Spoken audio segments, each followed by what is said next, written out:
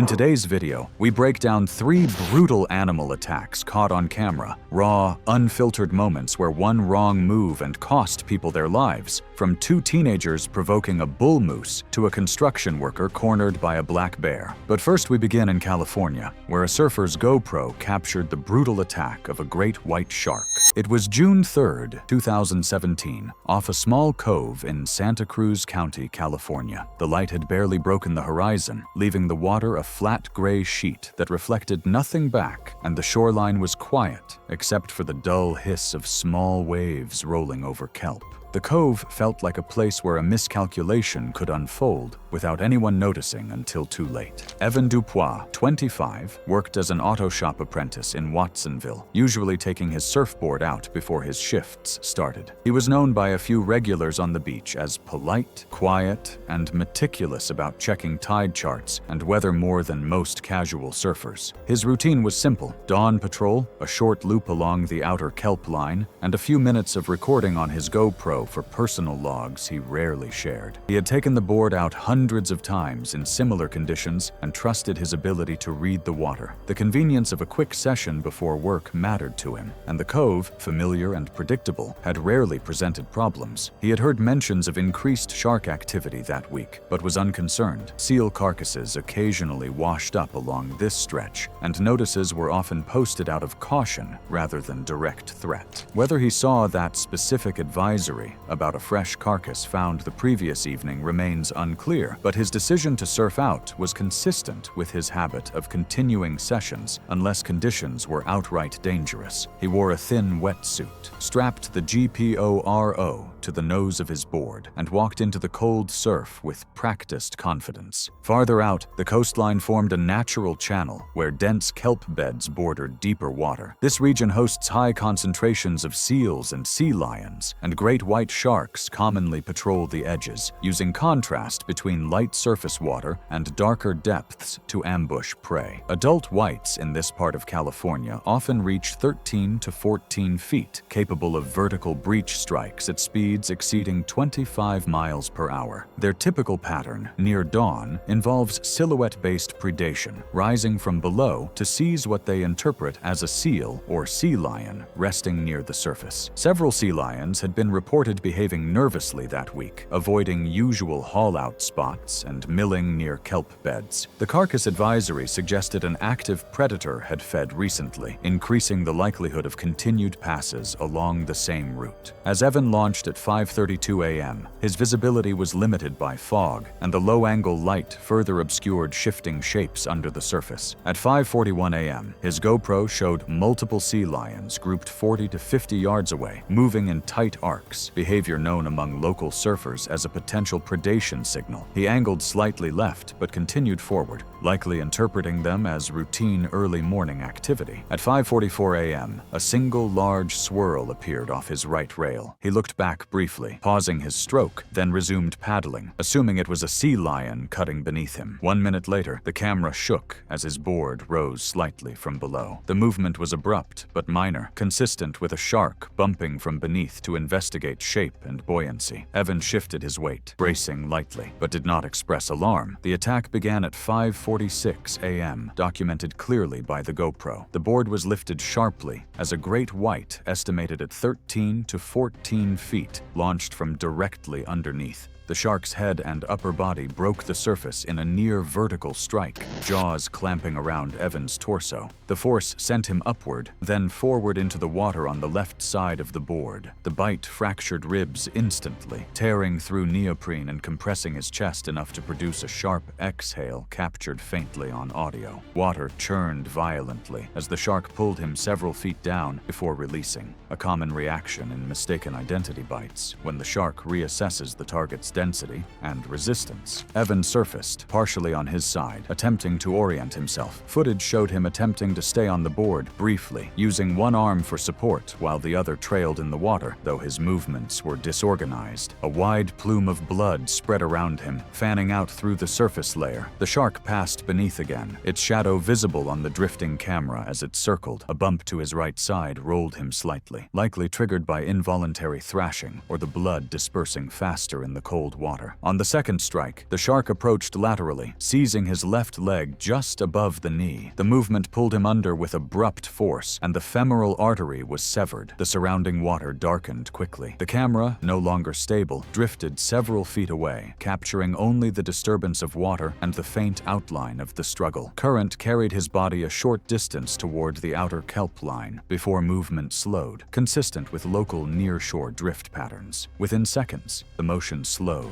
as Evan lost consciousness. The shark did not return a third time. The second bite appeared to be its final contact. A jogger on the bluff noticed the board drifting without a rider at 5:53 a.m. The GoPro was still recording, its angle fixed upward toward the fog. The jogger moved to a clearer vantage point, sighted no one in the water, and immediately called 911. Marine rescue units from Santa Cruz County launched within minutes and reached the area 17 minutes after the call. Rescuers located Evan floating near the kelp line, unresponsive and already deceased. A coroner report noted multiple rib fractures, deep lacerations across the torso, consistent with a single large bite, and a catastrophic vascular injury to the left leg. The cause of death was listed as exsanguination, with rapid loss of consciousness, occurring within minutes of the second strike. After the incident, the cove was temporarily closed, and local officials reinforced seal carcass advisories for early morning surfers. Evan's family held a quiet service in Watsonville, requesting privacy and declining interviews. His board and GoPro were returned to them, along with a brief report of the recovered footage. The tragedy remained a local reminder of how quickly routine familiarity with the California coast can shift into sudden, irreversible danger. Yet, even as the shark's explosive breach off California's coast demonstrated how surfers become unwitting targets, in Alberta, two teenage brothers would lure a bull moose for a video, unaware of the death sentence they just made.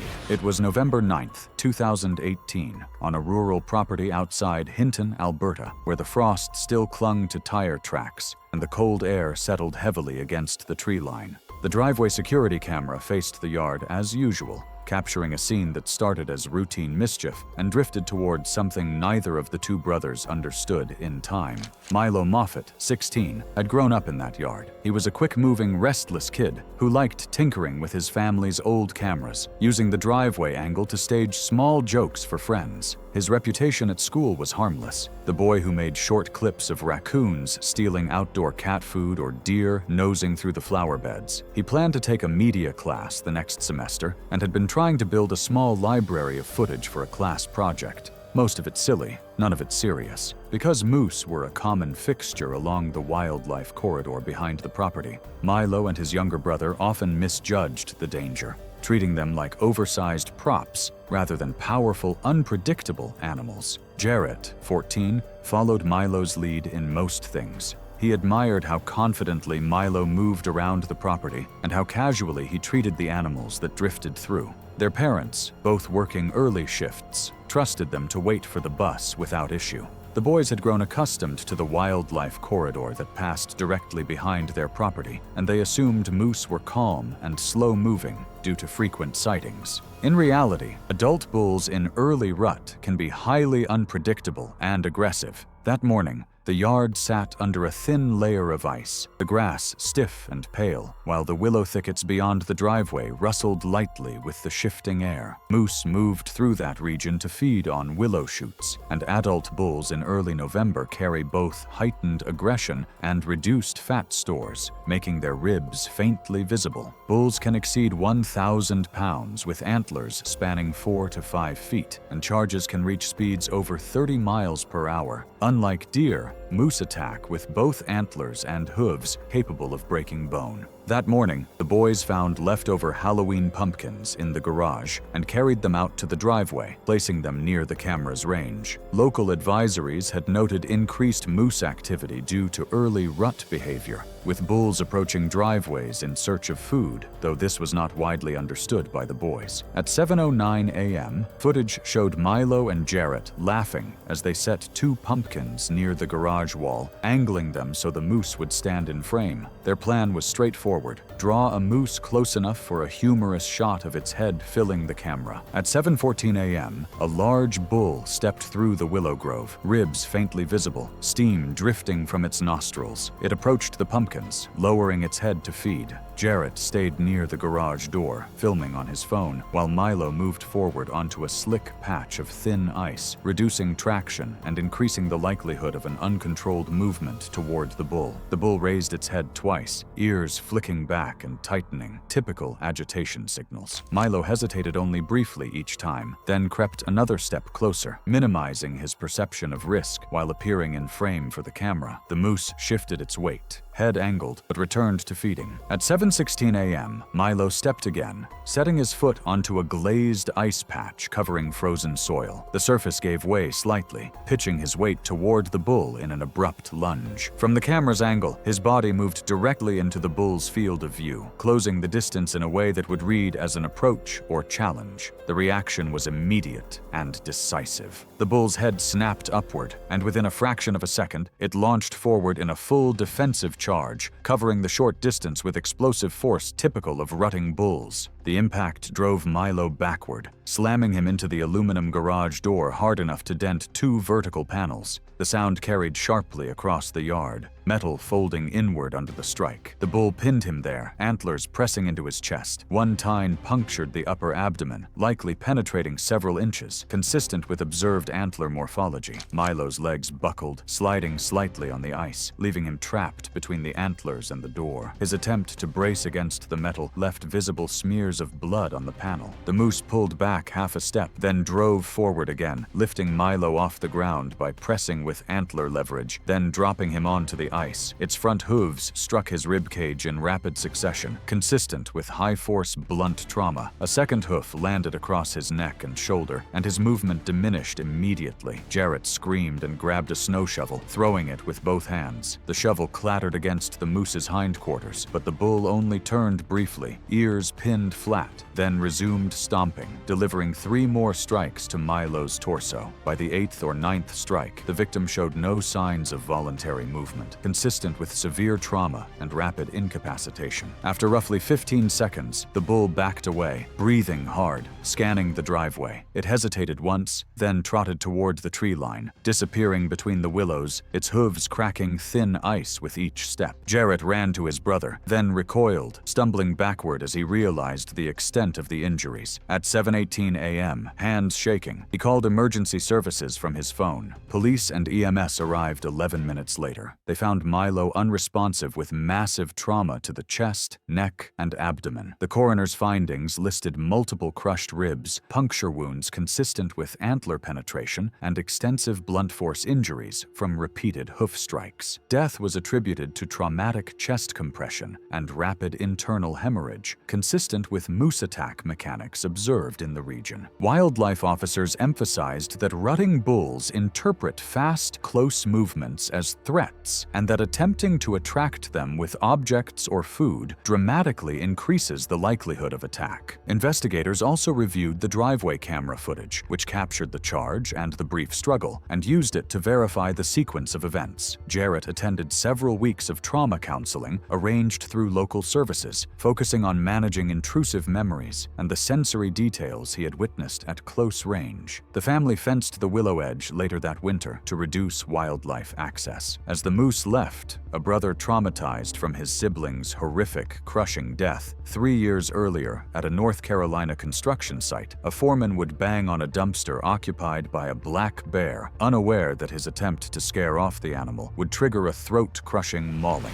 It was May 14, 2015, just outside Asheville, North Carolina. The dumpsters near a storage yard, unlatched and overflowing with contractors' discarded lunches, already bore witness to frequent black bear activity that month. The scene looked ordinary, almost mundane, but subtle signs, broken branches along the edge of the forest, paw prints pressed into the gravel, and the low rustle of unseen movement hinted at an unseen presence that could turn lethal in moments. Landon Vexler, 41, arrived that morning unaware of the precariousness awaiting him. A quiet foreman, Landon had built a reputation among his small 5-man renovation crew as meticulous and reliable, someone who preferred preferred action over confrontation, yet was respected for his decisiveness when pressure mounted. He worked long hours and was known to rise before dawn, often preferring to handle the messiest or riskiest tasks himself rather than delegate. Landon had moved to Asheville a decade earlier from a suburban Ohio town, drawn to the region's work opportunities in small-scale commercial renovations and the slower pace of life. He took pride in his physical skill set, hammering, welding, and the occasional heavy lifting, and had a personal code of efficiency. The task was finished, or it wasn't worth attempting. That morning, Landon wanted to clear the storage yard of old debris and secure the dumpsters so the crew could begin a siding project on an adjacent building. He carried a 30-inch metal pipe, a tool he frequently improvised for multiple purposes, and wore a heavy canvas jacket that offered minimal protection against sharp bites over work boots. His decision to personally handle the dumpster issue, rather than waiting for wildlife control, aligned with his practical but risky habit of taking direct action. Landon understood bears were present in the area, having seen tracks and torn garbage bags before, but he assumed that, as usual, a few loud shouts and noise would discourage any animal intrusions. His reasoning, grounded in routine encounters, overlooked the increasing boldness of food-conditioned wildlife. The site itself was quiet, bordered on three sides by dense forest with scattered pines and oaks. The morning air carried the faint scent of damp leaves and mulch, mixed with diesel from parked machinery. Black bears in North Carolina typically weigh between 150 and 300 pounds, with bite forces capable of crushing bone in defensive reactions. They are opportunistic feeders, quick to habituate to human food sources, and can react explosively if cornered or startled. Over the prior 2 weeks, workers had observed several incidents. Bears rifling through unsecured dumpsters, pausing only briefly before retreating when disturbed, a pattern of escalating comfort around humans. At 6:21 a.m., Landon, seeing the bear's refusal to leave, approached with the metal pipe in hand and struck the side of the dumpster. On the first strike, the bear flinched but remained, shifting its weight defensively. His crew called out, waving arms and banging tools against barrels, remaining near the yard's forest edge rather than directly confronting the animal. But the bear's behavior was textbook food conditioning, bold, persistent, and primed for defensive aggression. Ignoring the animal's warning signs, Landon raised the pipe for a second strike. The bear reacted instantly, leaping upward and clearing the dumpster lip in one motion. It collided with Landon chest first, knocking him backward onto the gravel-covered ground. The impact left him momentarily winded, but more dangerous was the bear's immediate follow-up. It clamped onto his throat with a deep, crushing bite, consistent with defensive reaction commonly seen in food-conditioned black bears startled at close range. Landon tried to shield his head with his arms, but the bear delivered 1 or 2 additional bites to his jaw and cheek before pivoting away. The driveway security camera captured the key moments in frame. Landon striking the dumpster, the bear vaulting over the lip, and the brief struggle on the gravel before the animal fled. The mauling lasted roughly 14 to 18 seconds. One co-worker hurled a cordless drill in an attempt to distract the animal. The bear swiped at Landon's shoulder with a powerful forelimb before retreating towards the forest, leaving him pinned and severely injured on the gravel. The sounds recorded by the camera, the crack of the dumpster pipe, a heavy thud of collision, and wet tearing provided forensic clarity later used to reconstruct the attack. Jason Morales, a co-worker who had remained near the yard's edge, dialed 911 immediately at 6:23 a.m. Emergency responders arrived 9 minutes later. Landon was found unconscious, with a faint pulse but extensive trauma to the head, neck, and upper torso. Despite immediate interventions, he succumbed en route to Mission Hospital. The coroner's preliminary report described the cause of death as craniofacial and cervical trauma secondary to a defensive black bear attack, noting crushing and tearing injuries consistent with documented bear behaviors in panic defense scenarios. Wildlife officers later tracked and euthanized a bear, matching the security footage and witness descriptions, identifying it as a food-conditioned individual whose boldness had escalated due to repeated access to human refuse. A brief regional newspaper article highlighted that improperly secured waste contributed to the incident. The family declined interviews, keeping the response subdued, consistent with Landon's quiet life. The dumpster remained on site for forensic analysis, showing puncture marks, claw scratches, and blood transfer patterns. Crew members resumed work under heightened caution, now acutely aware of the latent danger inherent in what had previously been a routine task. The incident prompted a re-evaluation of local waste protocols and raised awareness among nearby crews, but the personal cost was singular and permanent. Landon's absence left an operational gap on the crew. The camera footage, preserved by authorities, became both evidence and a silent testament to the sudden, precise violence of an otherwise ordinary morning. Thanks for watching. If you liked these stories, click here.